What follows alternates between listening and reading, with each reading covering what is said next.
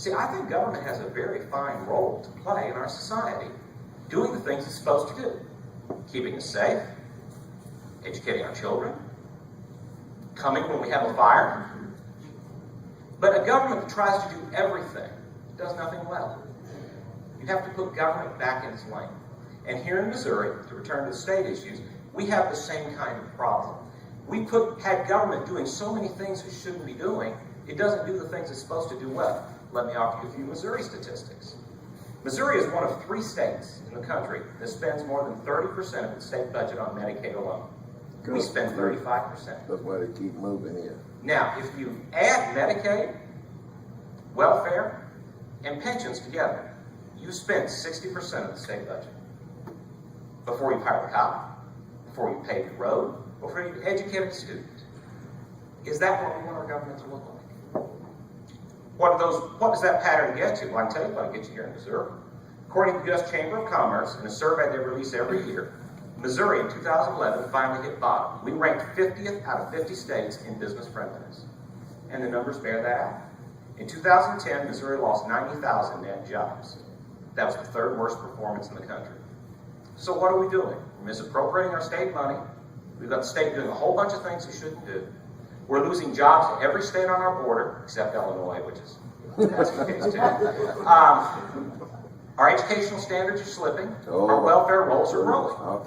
You don't have to be a prophet to see where that takes us. We have to change.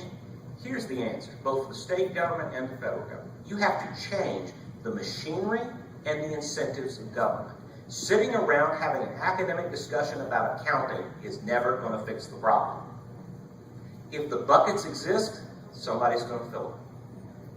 The question is, what buckets do we want out there? What machinery do we want government to do?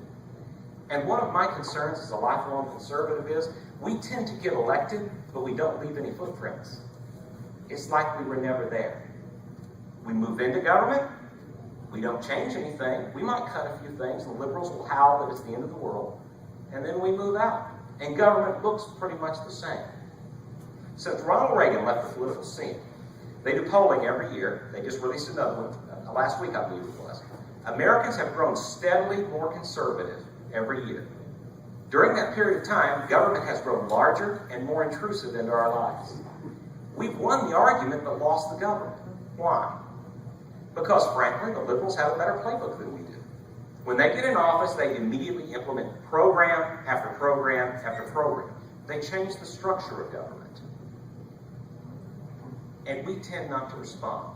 So as conservatives, I say the next step in the conservative movement is not just to argue the government should be smaller, not just argue we should spend less, but actually have a plan to institutionalize that idea.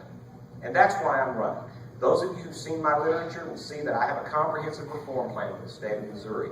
Those of you that haven't, have some here, or you can look at my website, BillRandles.com. We have to have a plan to change how government works in Missouri. A few of the highlights of my plan include a fair tax, regulatory reform, judicial reform, becoming a right-to-work state. If you want more details, you can look at my literature. But my friends, as conservatives, I would say this. Let's not in 10 years be having the same discussion. Let's not still be saying to people, we need a smaller government, we need a smarter government, and government will be more bloated and more in debt than ever. Let's actually get behind people who have a plan and make our gains count, not just for an election cycle, but for a generation. And I'm asking you to join me in this effort. Thank you so much.